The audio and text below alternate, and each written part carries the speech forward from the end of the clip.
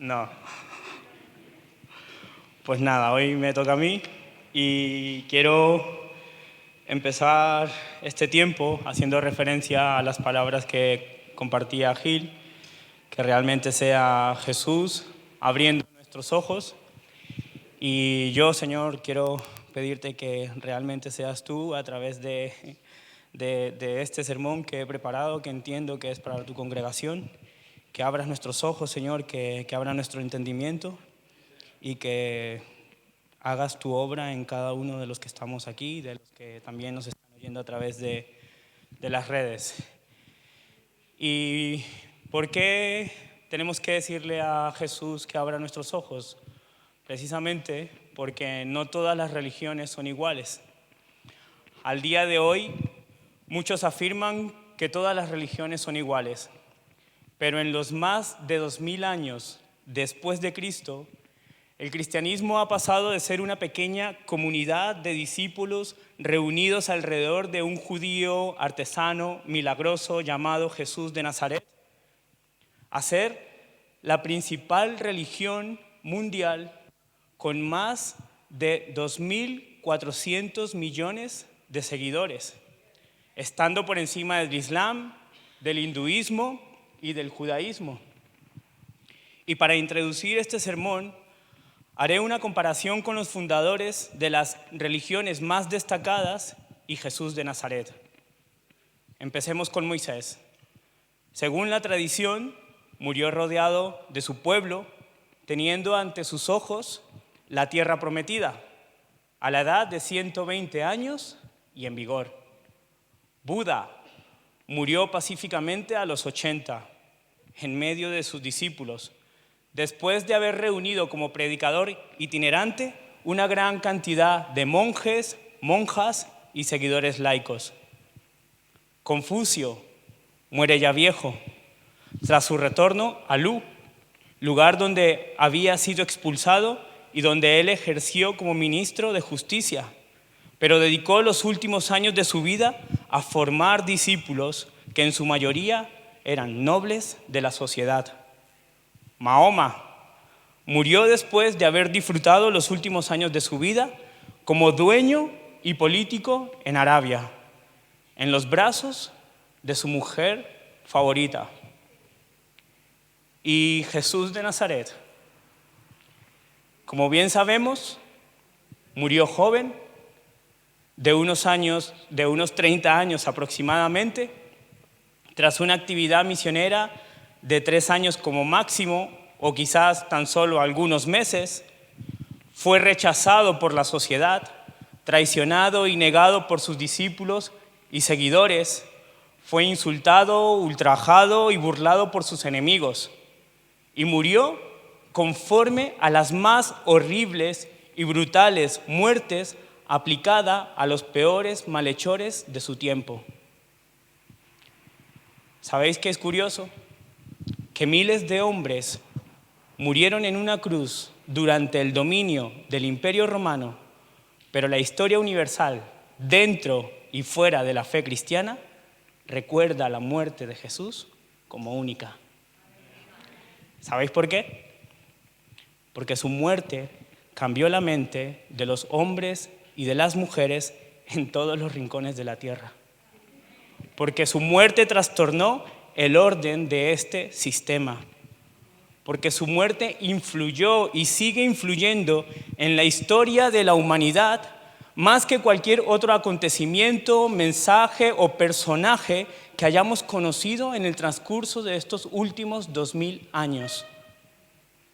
Y precisamente porque la muerte de Jesús de Nazaret marca una diferencia en comparación con los líderes de las otras religiones, hoy quiero hablar de lo que representa su trágico final y de la implicación de aquel acto, entre comillas, de derrota. Y quiero que me acompañéis al Evangelio de Marcos, capítulo 15, y vamos a leer a partir del versículo 33 al 38. Voy a leer la versión de la Reina Valera contemporánea. Y Marcos nos describe lo siguiente en cuanto a la muerte de Jesús. Y dice la palabra: cuando llegó el mediodía, descendió oscuridad sobre toda la tierra hasta las 3 de la tarde. Y a las 3 de la tarde, Jesús exclamó a gran voz diciendo: Eloí, Eloí, lama sabactani, que traducido es: Dios mío, ¿por qué me has desamparado? Al oírle a algunos de los que estaban allí, decían: he aquí, llama a Elías. Y corrió uno y empapó una esponja en vinagre y la puso en una caña y le dio a beber, diciendo: veamos si viene Elías a bajarle.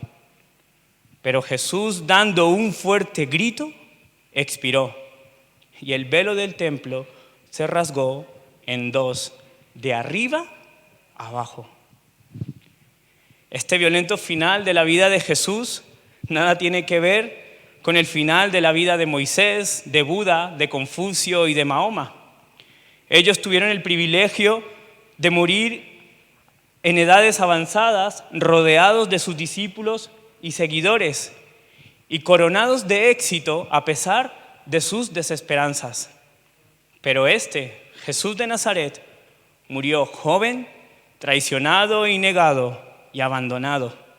Y la corona con la que murió no fue precisamente la corona del éxito. Después de lo que hemos leído, es normal que muchos pensaran en aquel tiempo: ¿este hombre es el Mesías? Este hombre es el perfecto Mesías del fracaso. Y puede que muchos lo pensemos al día de hoy. Pero yo quiero deciros algo que nos ayudará a entender toda esta situación. Y quiero empezar con una afirmación, y es que Dios está loco. Dios está loco. Y su sabiduría vuelve este mundo del revés. Porque los pensamientos de Dios no se rigen bajo el diseño de este mundo, ni de sus gobernantes, ni de su sistema, ya que este tiempo y sus líderes están destinados a desaparecer. Pero ¿sabéis? Dios es eterno y tiene pensamientos que no perecen, que no caducan. Y gracias a su locura y a su poder, si estamos aquí hoy reunidos como comunidad de su reino, no es precisamente por nuestras capacidades. Estamos aquí porque nosotros sí que somos los perfectos Mesías del fracaso. Hermanos, hermanas, estamos ungidos para perder. Así que basta de querer encontrar méritos propios para entender por qué Dios nos ama, por qué Dios te ama. Si os fijáis bien, no abunda entre nosotros aquellos que el mundo considera sabios, poderosos o aristócratas. Al contrario, Dios ha escogido lo que el mundo tiene por ignorante para poner en ridículo a los que se creen sabios. Dios ha escogido lo que el mundo tiene por débil para poner en ridículo a los que se creen fuertes. Dios ha escogido lo sin importancia, lo despreciable, lo que nada cuenta. Dios me ha escogido a mí para anular a quienes piensan que se pueden creer algo. Y esto para que ni tú, ni yo, ni ningún otro mortal pueda jactarse de algo ante su señorío. El mérito de que estemos y que seamos parte de su reino, de su familia, está en la locura de la cruz, en la obra redentora de Cristo. Así que deja de buscar tus propios méritos y honra al Dios de tu salvación. Y esto lo podéis leer en 1 Corintios, capítulo 1. La muerte de Jesús nos enseña precisamente que lo absurdo, lo irracional, lo ilógico y lo paradójico de Dios es mucho más sabio que el humano. que en lo que en Dios parece débil, resulta que es más fuerte que todas las fuerzas humanas. Pero ojo, esto no quiere decir que Jesús se comportara como un loco, con falta de cordura, falta de sentido, falta de juicio, como nos compartía Juan la semana pasada. Jesús de Nazaret no fue un títere en manos de Dios. Jesús no fue un sujeto estático, indiferente a su muerte. Jesús de Nazaret participó activamente en su muerte.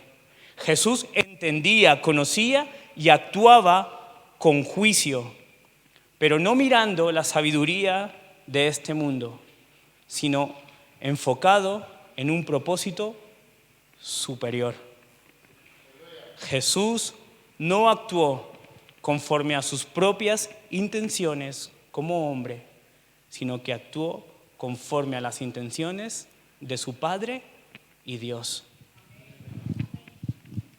Y su vida nos lleva a tener al día de hoy el beneficio de su obediencia. Obediencia que le llevó a la muerte. Pero ¿sabéis? Su muerte, la muerte de Cristo, no pensemos que está manifestada solamente en la cruz. Cristo venía muriendo desde antes, desde el preciso momento que decide hacerse hombre. Os lo explico. Cristo Jesús, siendo en forma de Dios, no estimó, no apreció, no valoró el ser igual a Dios como algo a qué aferrarse, sino que se despojó, se quitó, se abajó, se humilló, se negó, murió a sí mismo y pasó de ser el omnipotente, el incontenible, el infinito de todo el universo y más, para sujetarse en el vientre de una mujer y convertirse en un finito, diminuto y milimétrico embrión humano. Así de chiquitito, así. Pasó de estar sentado en su brillante trono en los lugares celestiales para ser acostado en un recipiente de madera y paja donde comían los animales. ¿Sabéis por qué? Porque no estimó el ser igual a Dios y se hizo hombre. ¿Y sabéis qué hizo estando en su condición de humano y siervo?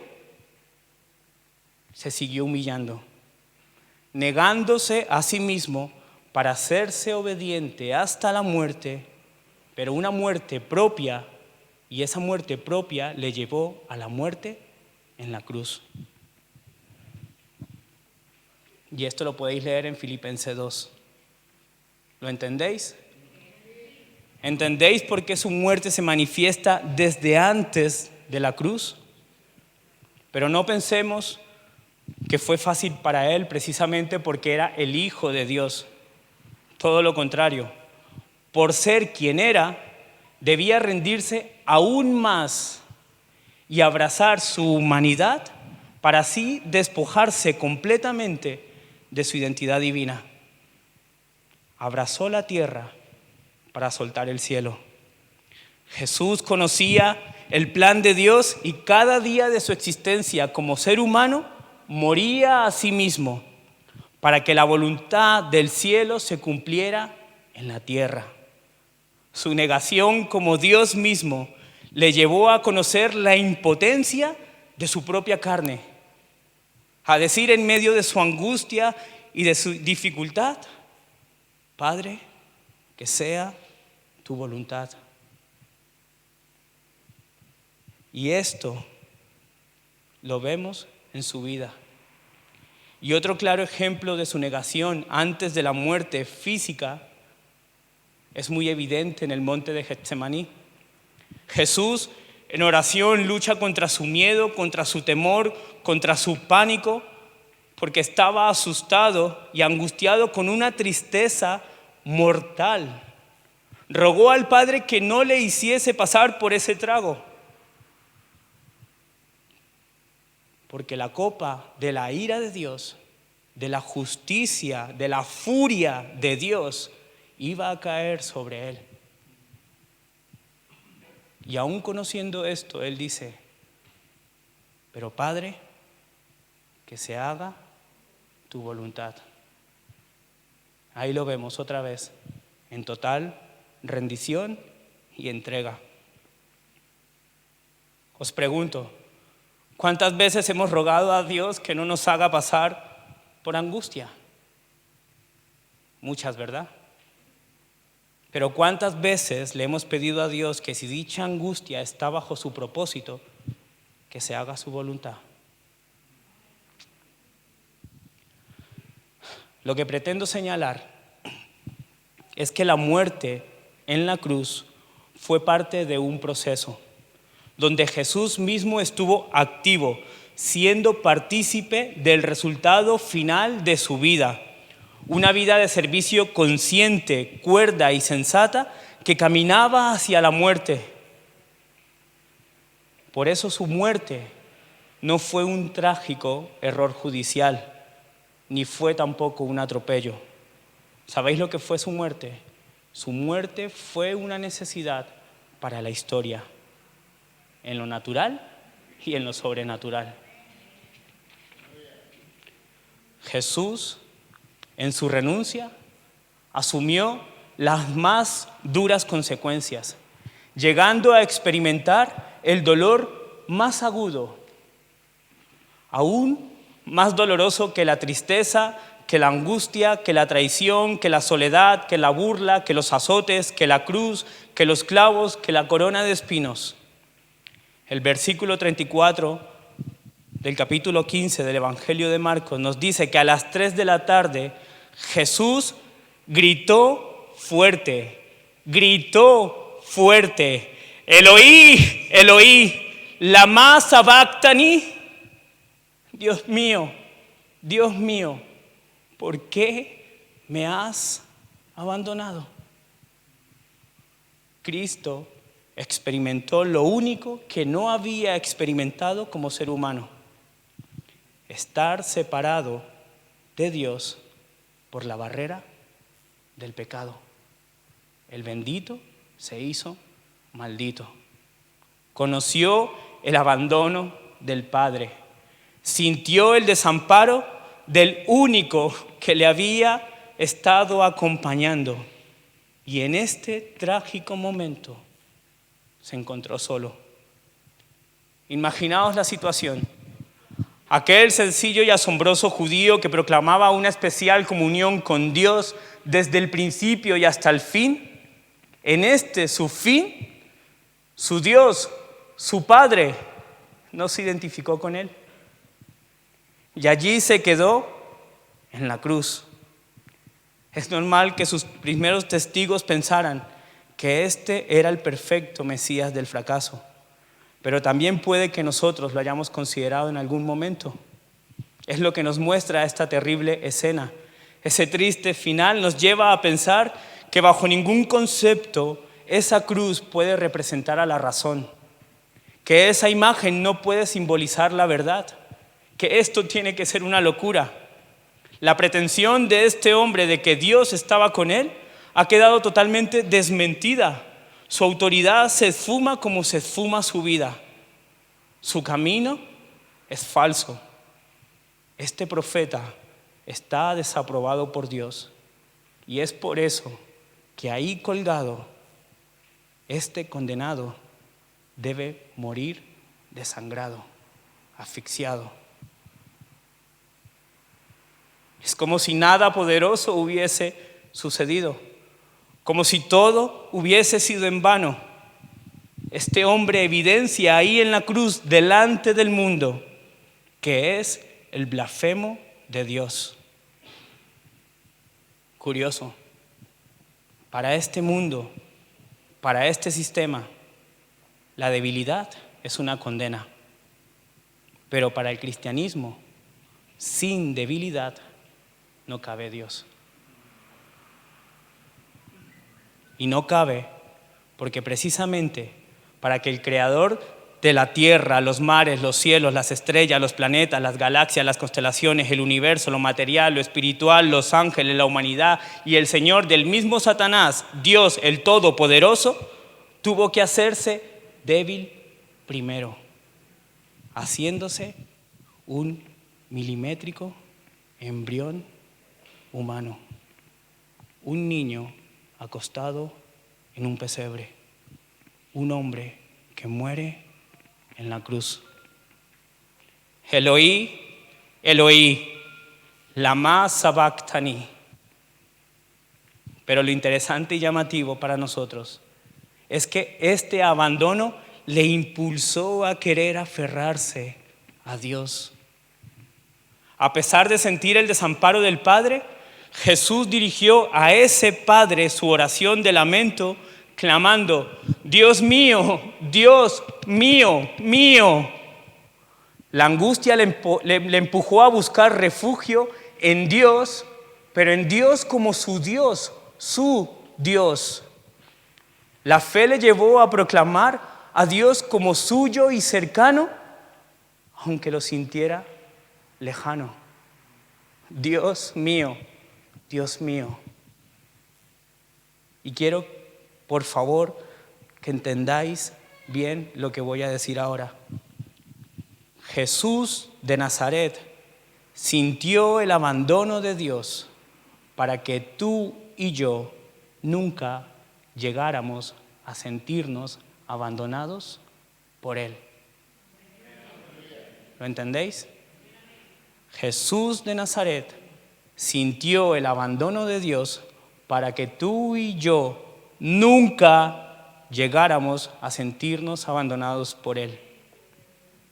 Así que si te sientes abandonado o abandonada por Dios, puede que entonces estés viviendo más una religión que una relación con el Padre.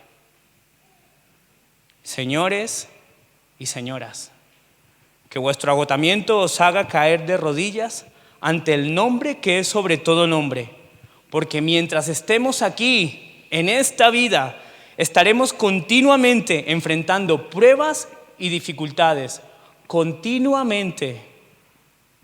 Pero en Cristo, estas nos ayudan a desarrollar resistencia, firmeza de carácter, nos ayudan a desarrollar la ilusión de nuestra salvación.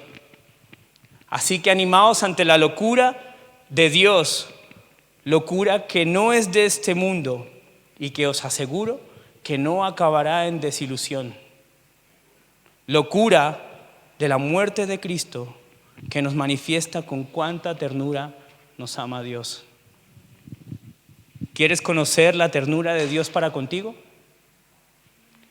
Entonces mira a Jesús de Nazaret muriendo en la cruz por ti. Esa es la ternura de Dios para contigo. Desconcertante, ¿verdad? Pero ya lo advertí, Dios está loco. Y su sabiduría vuelve al mundo del revés. Y esto lo podéis leer en Romanos 5. Y siguiendo con el texto de Marcos, ahora en el verso 37, se nos dice que ante el culminante hecho de su muerte, Jesús dio un fuerte grito y murió.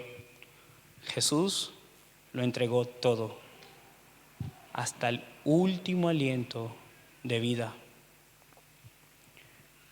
En este último soplo, Jesús demostró que llegó a convertirse plenamente en humano. Su muerte fue el sello de su humanidad. ¿Se entiende? 100% hombre. Si muere, es hombre. Si muere, es humano. Y en este último soplo de vida, demostró hasta dónde llegó en su negación por nosotros. El inmortal murió.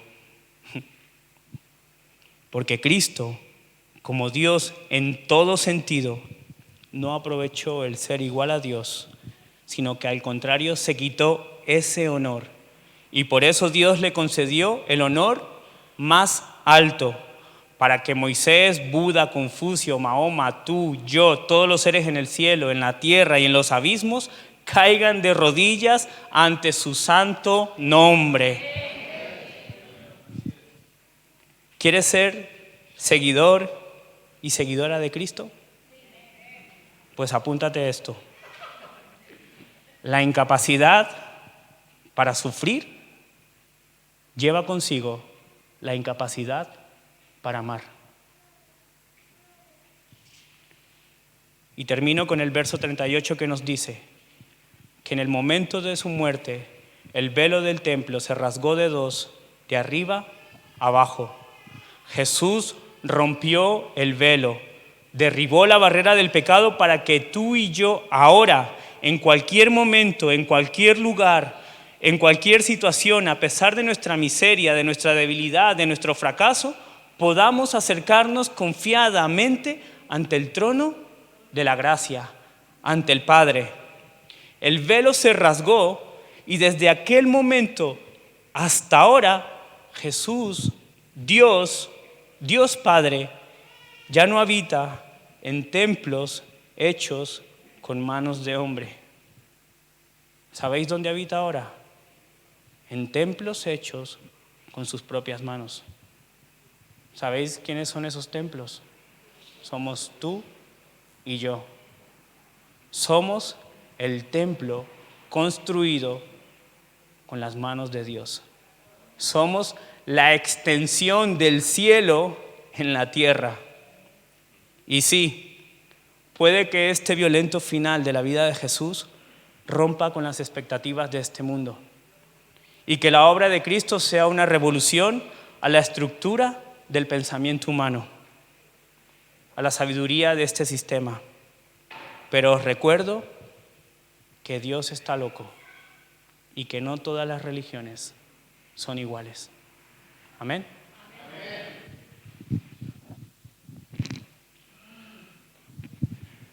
Le dejamos la coleta, ¿no? Se salvó la coleta. La verdad es que yo le pediría que la repitiera otra vez, pero ya lo ha dicho Juan. Se puede escuchar en YouTube y la palabra de Dios es para escucharla y escucharla y escucharla. Israel, te puedes sentir orgulloso de tu hermano, ¿eh? No sé si cabe la palabra orgulloso, pero